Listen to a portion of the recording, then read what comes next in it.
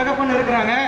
தாய் வந்து தகப்பனா நான் சொல்றதான் செய்யணும், நான் சொல்றதான் நீ செய்யணும், நான் சொல்றதான் வாங்கணும், நான் சொல்றதான் நீ சாப்பிடணும் அப்படின்னு இருந்தா அதுக்கு என்ன அர்த்தம்?